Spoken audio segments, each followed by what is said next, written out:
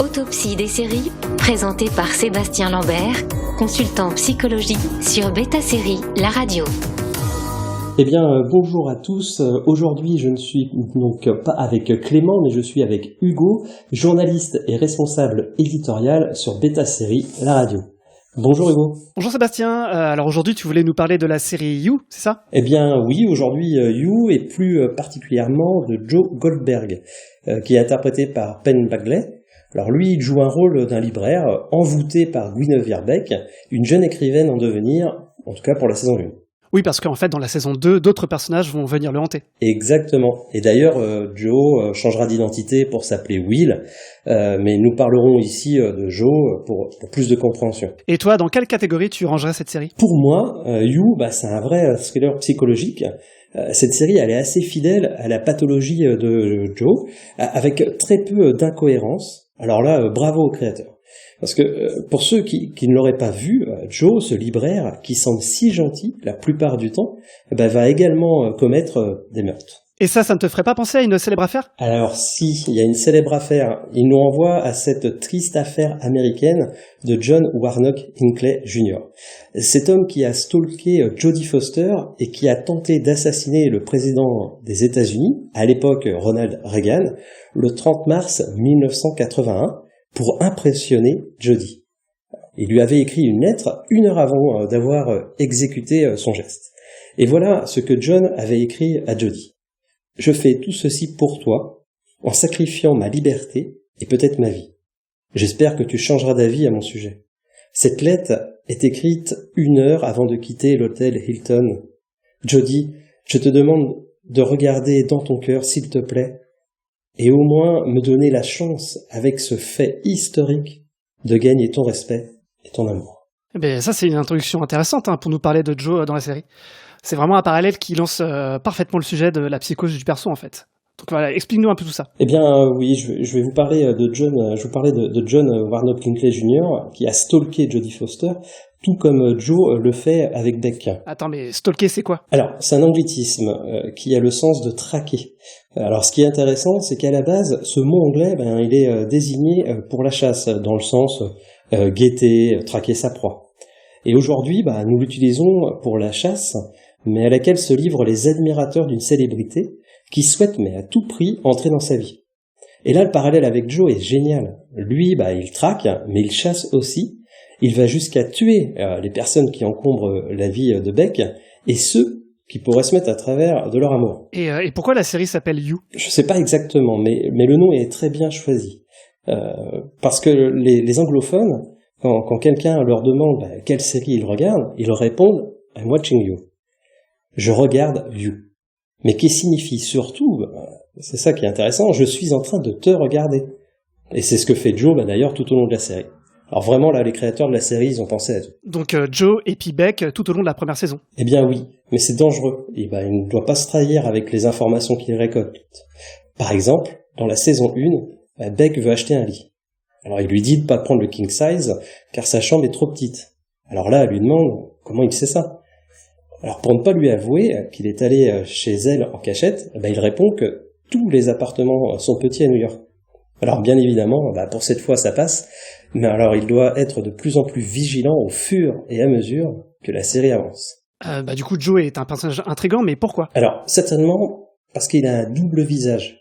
Le libraire sympathique et équilibré, mais qui cache un psychopathe sans remords ni culpabilité. Et toi, du coup, qu'est-ce que tu as trouvé vraiment intéressant dans cette série ? Moi, j'ai beaucoup aimé le fait que nous avons accès à sa petite voix intérieure. Cette voix off nous montre la plupart du temps un personnage qui est posé, réfléchi. Il parle calmement, il s'énerve jamais. Et même quand il se parle à lui-même. Alors ça nous permet de saisir encore plus l'étendue de sa folie. Alors de quelle maladie mentale souffre vraiment Joe ? Alors bien pour moi, Joe il souffre de paranoïa. Alors il s'agit d'une psychose qui est caractérisée par un délire standardisé, alors sans affaiblissement de ses capacités intellectuelles. Et ça, c'est important de le signaler, parce que grâce à ça, il peut avoir une vie, mais comme monsieur tout le monde. Il faut savoir que cette maladie, elle touche plus les hommes que les femmes. Et est-ce que c'est vrai que la paranoïa est plus importante à partir de 40 ans ? Eh bien oui, c'est ce que les études ont montré. La paranoïa entre dans le cadre psychotique. Alors il faut savoir qu'il existe plusieurs délires paranoïaques. Et c'est là que l'on voit le vrai travail des créateurs de cette série. Alors, il y a très peu d'incohérences dans You, et en plus, ils ont été nous chercher un type précis de paranoïa, et pour ça, vraiment, je leur dis encore une fois, bravo. Mais depuis quand vraiment on parle de paranoïa ? Eh bien, la paranoïa a été caractérisée en tant que telle vers la fin du 19e siècle, par le psychiatre allemand Kraepelin. Et selon lui, on ne peut pas guérir les personnes qui en sont atteintes. Alors la France, elle, devra attendre vers 1926 pour que le médecin aliéniste Génil Perrin en parle. Et puis viendront bien sûr ensuite les écrits de Lacan. Et pourquoi une personne peut être paranoïaque ? Alors là, les causes de la paranoïa peuvent être différentes. Pour Joe, moi j'irais chercher du côté de son enfance. L'expérience qu'il a vécue à cette période-là a joué un rôle important sur le développement de sa pathologie. Alors on a un père violent, une mère absente. En plus, il a été recueilli par Monsieur Mounet, le libraire, qui a fait office de figure paternelle. Mais celui-ci, il s'avère violent et castrateur. Et est-ce que toutes les enfances peuvent créer des paranoïaques ? Les études montrent que bien souvent, un adulte paranoïaque est un enfant qui a été élevé dans la croyance que le monde est un endroit dangereux et que les gens sont horribles. Du coup, est-ce que tu peux peaufiner un peu le type de paranoïa que Joe a développé ? Selon le psychiatre allemand Kretschmer, il existe 3 types de paranoïaques. Il y a les paranoïaques de combat, il y a les paranoïaques de souhait et les paranoïaques sensitifs. Ok. Et Joe, il a quel type de paranoïa ? Alors moi, je suis parti sur le constat qu'il serait paranoïaque sensitif. Alors, toujours selon Kretschmer, c'est une forme dépressive de paranoïa. Alors, les personnes qui en sont atteintes se construisent sur des interprétations délirantes, parfois caractérisées par des pensées de persécution, de préjudice, de mépris ou même d'atteinte des valeurs morales. Et est-ce qu'une personne qui a ce type de paranoïa pense que le monde entier lui veut du mal ? Alors, bien souvent, ce trouble s'étend rarement au-delà du cercle relationnel proche du sujet, comme les collègues, la famille, les voisins. Et c'est d'ailleurs ce qu'il se passe dans la série. Par exemple, pour protéger le fils de la voisine, Joe il va s'investir un petit peu trop en tuant le beau-père dangereux. En fait, ce qui m'a surpris dans la série, c'est que Joe est vraiment soucieux de ce petit, et vraiment à nombreuses reprises. Il est vraiment gentil. On sent vraiment que c'est insensible, en fait. Alors oui, c'est vrai, Joe est un sensitif. Il est sensible aux réactions des autres. Mais par ce fait, il est facilement blessé. Et d'ailleurs, on le voit à plusieurs reprises dans la série. Une autre facette d'ailleurs que l'on peut voir chez Joe, et qui m'a amené à cette piste, c'est ce sentiment de persécution ressenti, qui est tellement fort qu'il donne l'impression aux persécutés que l'on s'intéresse à lui de manière excessive. Et parfois, dans son comportement ou sa voix off, on a vraiment l'impression que Joe se sent supérieur aux autres. Alors oui, Hugo, exactement, chez les paranoïaques sensitifs, c'est un des traits que l'on peut noter. Ils ont en opposition un sentiment d'infériorité, voire d'autodépréciation, et un mélange qui est très déstabilisant pour eux. En fait, c'est comme un mélange d'orgueil et d'humilité. Alors oui, qui parfois, lors d'un événement pénible, comme un regard désagréable ou une attitude hautaine, suffit à déclencher chez eux un délire. Et c'est ce qui va amener d'ailleurs Joe à tuer. Mais en fait, on comprend vite lors de la saison 1 qu'il est un serial killer peu aguerri. Alors oui, c'est vrai. Il a quand même fait 5 morts dans la saison 1, et même si on sent que dans la saison 2, il y a un vrai désir de changer, il va encore tuer 2 personnes en 10 épisodes. Alors ce qui porte pour le moment à 7 morts en 2 saisons. Donc lors de la saison 3, on ne sait pas si Joe va réellement changer. Si on pourra se concentrer sur son évolution personnelle, mystère. Maintenant, peaufinons un peu plus l'esprit de Joe, si tu veux bien, Sébastien. Eh bien, malgré quelques incohérences, Joe souffre du syndrome de Clérambault. Alors on l'appelle aussi l'érotomanie.